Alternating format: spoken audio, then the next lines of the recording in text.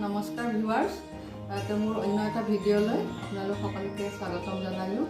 আজি মই এটা চিম্পল শাকৰ ৰেচিপি এটা লৈ আহিছোঁ, বাবৰি শাক আৰু পনীৰ ৰেচিপি। তো বলক ভিডিঅ'টো আৰম্ভ কৰোঁ। তো যদি ভিডিঅ'টো ভাল লাগে লাইক কৰিব আৰু চেনেলটো ছাবস্ক্ৰাইব কৰিব আৰু কাষতে থকা বেল আইকনটো দবাই দিব যাতে নতুন নতুন ভিডিঅ'ৰ নটিফিকেশ্যন পাই থাকে। তো ৰেচিপিটোৰ কাৰণে মই অকণমান বাবৰি শাক ভালকৈ ধুই লৈছোঁ, এটা পিঁয়াজ মিডিয়াম চাইজৰ আৰু দুটা কণী লৈছোঁ। ইনগ্ৰেডিয়েণ্ট এইখিনিয়ে। এতিয়া আমি শাকখিনি মিহিকৈ কুটি ল'ম। তো হৈ গৈছে ৰেচিপিটোৰ কাৰণে আটাইখিনি বস্তু মই ৰেডি কৰি লৈছোঁ।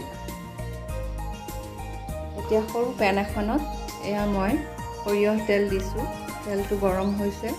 এতিয়া মই তাতে পিঁয়াজখিনি কুটি লোৱা পিঁয়াজখিনি ঢালি দিছোঁ। পিঁয়াজখিনি মই এনেদৰে 2-3 মিনিটমান কিছু ৰঙচুৱা হোৱাকৈ ভাজিম। আপোনালোকে ইয়াত আদা নহৰু দিব পাৰে সৰুকৈ কুটি। মই দিয়া নাই, মানে মোৰ ভাল নালাগে যিটো মই আদা নহৰু দিলে শাকৰ যিটো বাবৰি শাকৰ যিটো অৰিজিন টেষ্ট সেইটো নাইকিয়া হৈ যোৱা যেন লাগে, সেয়ে মই দিয়া নাই। এতিয়া মই তাতে দুটা কেঁচা জলকীয়া ফালি পেলাই দি দিছোঁ।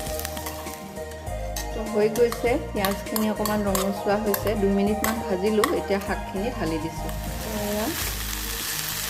এতিয়া শাকখিনি কিছু ভাজি হৈ যোৱাৰ পিছত নিমখ হালধি দিম।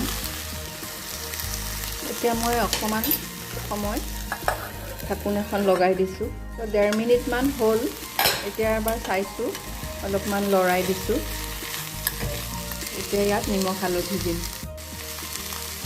হালধি দিছোঁ 1 চামুচ আৰু আধা টেবুল চামুচ নিমখ দিছোঁ। এতিয়া আমি এইখিনি ভালদৰে লৰাই চৰাই আৰু কিছু সময়ৰ কাৰণে ঢাকোনখন লগাই দিম। চাইছোঁ 1-1.5 মিনিটমান হ'ল। এবাৰ লৰাই দিছোঁ। শাক ভাজোঁতে বেছি সময় নালাগে, খুব বেছি 6-7 মিনিটত হৈ যায়। তো ৰেচিপিটো বনাবলৈ একেবাৰে সহজ। আপোনালোকেও এদিন বনাই খাব। খাই কেনেকুৱা পালে কমেণ্ট কৰি জনাব।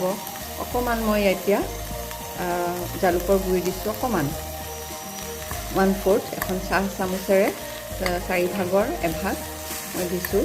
জালুকৰ স্মেলটো ভাল লাগে। তো বাবৰি শাকটো লোৱাৰ আসামৰ মানুহখিনিয়ে প্ৰায় নাজানেই, কাৰণ মোৰ হাজবেণ্ডৰ ঘৰতেই নাজানে। তো হৈ গৈছে, শাকটো সিজি গৈছে। এতিয়া ইয়াতে যি দুটা কণী ভাঙি লৈছোঁ, কণী দুটা ঢালি দিছোঁ। গেছৰ ফ্লেমটো কিন্তু ল' আৰু মিডিয়াম ষ্টিমত থ'ব, চেঞ্জ কৰি থাকিব লাগিব। এতিয়া মই ফ্লেমটো হাই কৰি দিছোঁ, মিডিয়াম বা হাই কৰি দিব লাগিব।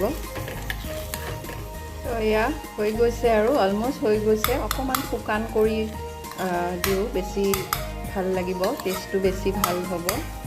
অকণমান একেবাৰে শুকান নহয়, অলপ অলপ ভিজা ভিজা হৈ থাকিলে ভাল লাগে। তো এতিয়া এনেকৈ এইটো ভাতৰ লগত হওক বা লুচি বা পৰঠা যিকোনো হেৰিৰ লগত খাব পাৰি। তো বনাবলৈ বহুত সহজ। তো হৈ গৈছে এয়া আজিৰ আমাৰ বাবৰি শাক আৰু কণীৰ ৰেচিপি। যদি ভাল লাগিল ভিডিঅ'টো লাইক এটা কৰিব আৰু চেনেলটো ছাবস্ক্ৰাইব কৰিব নাপাহৰিব। তো ভিডিঅ'টো শেষলৈকে চোৱাৰ বাবে বহুত বহুত ধন্যবাদ।